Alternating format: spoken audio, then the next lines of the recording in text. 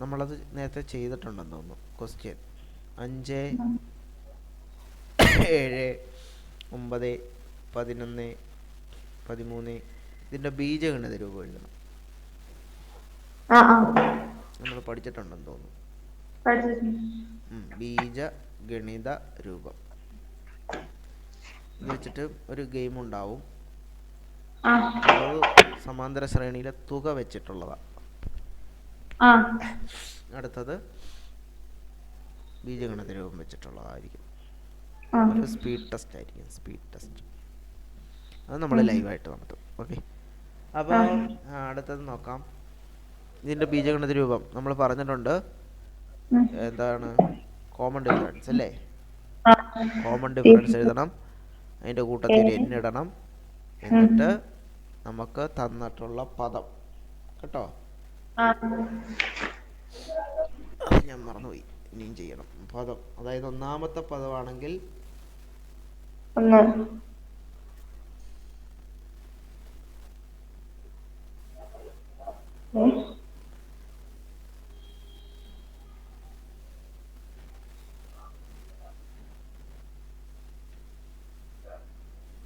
Hello, ഒരു minute, ഞാനതൊന്ന്.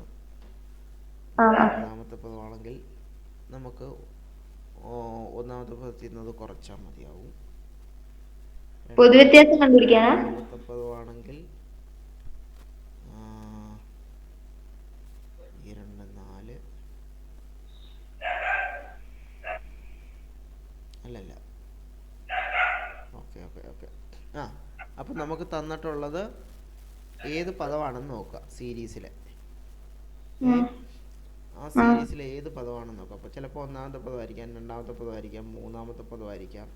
Okay, അപ്പോൾ ആ പദത്തിൻ്റെ പൊസിഷൻ ഉണ്ടല്ലോ. അപ്പം ഒന്നാണെങ്കിൽ 1 ഗുണം, ഇപ്പോൾ ഒന്നാമത്തെ പദമാണെങ്കിൽ ഒന്നാമത്തെ പദം മൈനസ് 1 ഗുണം ഡി. പിടിയിട്ടോ? ഇത് ചെയ്യാം. ഇനി ഇതെല്ലാം രണ്ടാമത്തെ പദമാണ് തന്നിട്ടുണ്ടെങ്കിൽ രണ്ടാമത്തെ പദത്തിൽ നിന്ന് 2 ഗുണം ഡി ചെയ്യണം. ഇനി ഇതെല്ലാം മൂന്നാമത്തെ പദമാണ് തന്നിട്ടുണ്ടെങ്കിൽ മൂന്നാമത്തെ പദത്തിൽ നിന്ന് 1 ഗുണം ഡി കുറയ്ക്കണം. ഇനി അതെങ്ങനെയാണെന്ന് ഞാൻ പറഞ്ഞുതരാം. ഇതിങ്ങനെ കാണുമ്പോൾ ഭയങ്കര പാടായിട്ട് തോന്നും. നമുക്കൊന്ന് ചെയ്ത് നോക്കാം. ഇപ്പം ഞാൻ ഒന്നാമത്തെ പദം എടുക്കാൻ പോവാം. അപ്പോൾ ഈ ഇതിൽ ഒന്നാമത്തെ പദം 5 ആണ്. ഇവിടുത്തെ പൊതുവ്യത്യാസം നമുക്കറിയാം. എത്രയാ? 2 അല്ലേ? 2 വീതം കൂടി പോയി. അപ്പോൾ 2ൻ്റെ കൂടെ ഒരു n എഴുതണം. എന്നിട്ട് ഈ ഒന്നാമത്തെ പദം കണ്ടോ? അപ്പം ഞാൻ പറഞ്ഞ എന്താണ്? ഒന്നാമത്തെ പദമാണ് എടുക്കുന്നതെങ്കിൽ 1 ഗുണം പൊതുവ്യത്യാസം. 1 ഗുണം പൊതുവ്യത്യാസം എത്ര? പൊതുവ്യത്യാസം എത്ര? 2 അല്ലേ? 1 ഗുണം 2 എത്ര? 2 തന്നെ അല്ലേ? എന്നിട്ട് 5-ന്ന് ഈ 2 മൈനസ് ചെയ്യണം. അപ്പോൾ എത്ര കിട്ടും? 3 കിട്ടും. ഒന്നാമത്തെ പദത്തിൽ നിന്ന് ആ വ്യത്യാസം, ആ ഗുണനഫലം മൈനസ് ചെയ്യണം. ഓക്കെ, അതേപോലെ രണ്ടാമത്തെ പദമാണ് എടുക്കുന്നതെങ്കിൽ നമ്മൾ പൊതുവ്യത്യാസത്തിൻ്റെ കൂടെ n ഇട്ട് കൊടുക്കണം. ഇത് രണ്ടാമത്തെ പദമായതുകൊണ്ട് 2 ഗുണം പൊതുവ്യത്യാസം. പൊതുവ്യത്യാസം 2 അല്ലേ? അപ്പോൾ എത്ര കിട്ടും? 4 കിട്ടും. എന്നിട്ട് ഈ 4-നെ 7-ന്ന് മൈനസ് ചെയ്യണം. 7 മൈനസ് 4 പ്ലസ് 3. ഇനി അതെല്ലാം മൂന്നാമത്തെ പദം വെച്ചിട്ടാണ് ബീജഗണിത രൂപം കണ്ടുപിടിക്കേണ്ടതെങ്കിൽ പൊതുവ്യത്യാസം 2, അതിൻ്റെ കൂട്ടത്തിൽ n എഴുതി കൊടുക്കണം. ഇത് മൂന്നാമത്തെ പദമായതുകൊണ്ട് 3 ഗുണം പൊതുവ്യത്യാസം എത്ര കിട്ടും? 6 കിട്ടും അല്ലേ? എന്നിട്ട് ഈ 9-ന്ന് 6 മൈനസ് ചെയ്യണം. അപ്പം 3 ആൻസർ കിട്ടും. പിടികിട്ടിയോ? അതൊന്നും കൂടി പറഞ്ഞു. പിടികിട്ടിയില്ല? ഇപ്പം നമുക്ക് ഇങ്ങനെ സീരീസ് തരാതെ ചില കണക്കുകളിൽ എനിക്ക് നാലാമത്തെ പദം 8 ആണെന്നും പൊതുവ്യത്യാസം 3 ആണെന്നും തരും. ആ എന്നിട്ട് ഇതിൻ്റെ ബീജഗണിത രൂപം കണ്ടുപിടിക്കാൻ പറയും. ആ സാധാരണ നമ്മൾ പഠിച്ചു വെക്കാറുള്ളത് ഒന്നാമത്തെ പദത്തിൽ നിന്ന് പൊതുവ്യത്യാസം കുറച്ചാൽ മതി എന്ന് വെച്ചിട്ടാണ് നമ്മൾ പഠിക്കുന്നത്. ആ പക്ഷെ അങ്ങനെ ചെയ്തു കഴിഞ്ഞാൽ നമുക്ക് ഈ നാലാമത്തെ പദത്തിൽ നിന്ന് പിന്നെ ഒന്നാമത്തെ പദം കണ്ടുപിടിക്കാൻ വേണ്ടി നടക്കണം. അതിനെക്കാട്ടിലും ഒരു എളുപ്പവഴിയായിട്ട് എനിക്ക് തോന്നിയത് ഇവിടുത്തെ ബീജഗണിത രൂപം കണ്ടുപിടിക്കാൻ ഈ പൊതുവ്യത്യാസം അതേപോലെ എഴുതുക, എന്നിട്ട് അതിൻ്റെ കൂട്ടത്തിൽ എന്നിട്ട് കൊടുക്കുക. ഇനി ഇവിടെ എത്രയാണ്? നാലാമത്തെ പദമാണ് തന്നത്. ആ നാലും ഈ പൊതുവ്യത്യാസവും കൂടി ഗുണിക്കും. എത്ര കിട്ടും? 12 കിട്ടും.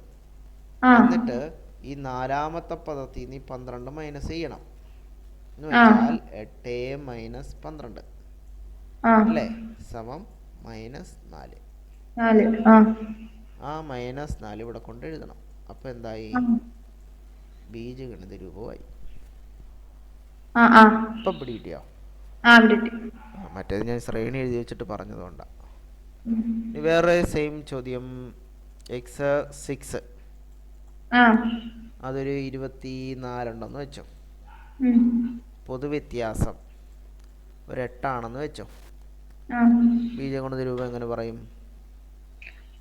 ബീജഗണിത രൂപം ആദ്യം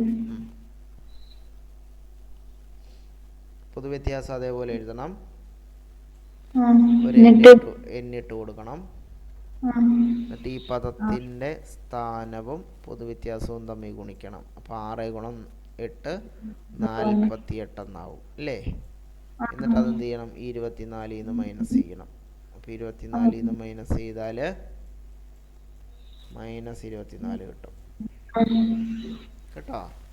8n മൈനസ് 24 എന്ന് ഇവിടെ കൊണ്ടെഴുതാം. കിട്ടിയോ? ഓക്കെ.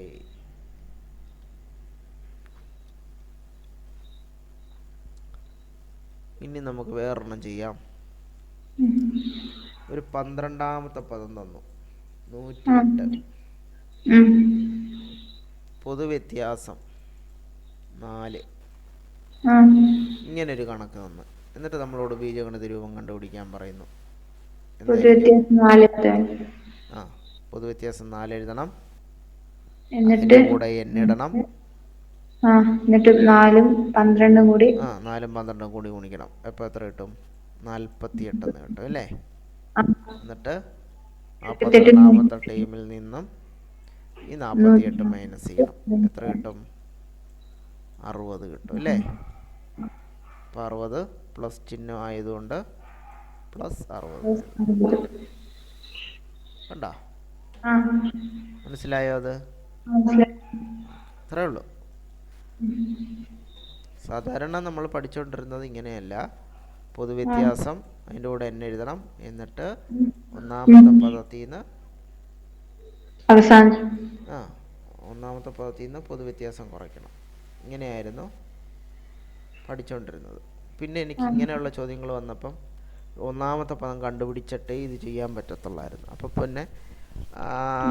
പിന്നെ ഇങ്ങനെ ചെയ്ത് ഇത് വന്നപ്പോഴാണ് എനിക്ക് ആ ഒരു ഐഡിയ കിട്ടിയത്. ഏത് പദം തന്നാലും ബീജഗണിത രൂപം എഴുതാം. അപ്പം അതിന് പ്രത്യേകിച്ച് ഇക്വേഷനായിട്ടൊന്നും പഠിച്ചു വെക്കാനില്ല കേട്ടോ.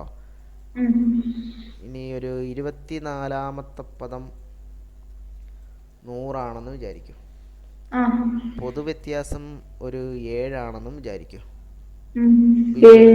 ബീജഗണിത രൂപം എന്തായിരിക്കും?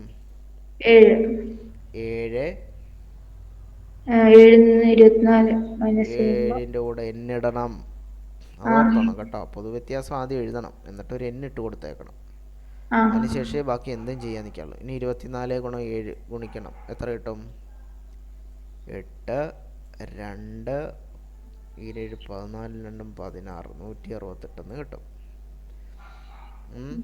എന്നിട്ട് ഈ 100 നിന്ന്, അതായത് 24ാമത്തെ പദത്തിൽ നിന്ന് അത് മൈനസ് ചെയ്യണം. അപ്പോൾ എത്ര കിട്ടും? 68 കിട്ടും. -68 കേട്ടോ. അപ്പോൾ ഇവിടെ നമ്മൾ -68 കൊണ്ട് ക്ലിയർ ആണോ? ഇങ്ങനെയുള്ള കുറേ കാര്യങ്ങൾ ചെയ്ത് പഠിക്കണം. ചെയ്ത് പഠിച്ചാലേ അത് മനസ്സിലാകത്തുള്ളൂ. ആദ്യം കോമൺ ഡിഫറൻസ് അതേപോലെ എഴുതണം, എന്നിട്ട് അതിൻ്റെ കൂട്ടത്തിൽ എന്നിട്ട് കൊടുക്കണം. അതിനുശേഷം ബാക്കി എന്തും ചെയ്യാവുള്ളൂ. പിന്നെ ചെയ്യേണ്ടത് ഏത് പദമാണോ തന്നേക്കുന്നത് ആ പദത്തിൻ്റെ സ്ഥാനവും ഈ പൊതുവ്യത്യാസവും തമ്മിൽ ഗുണിക്കണം കേട്ടോ. ആ ഗുണിച്ച് കിട്ടുന്ന റിസൾട്ട് അതെത്രയായാലും 24ാമത്തെ പദത്തിൽ നിന്ന് മാത്രമേ കുറയ്ക്കാവുള്ളൂ. അതായിരിക്കണം ആദ്യം എഴുതേണ്ടത്. അത് വലുതായാലും ശരി ചെറുതായാലും ശരി. ക്ലിയർ ആണോ? ഓക്കെ. അപ്പോൾ അതാണ് സംഭവം.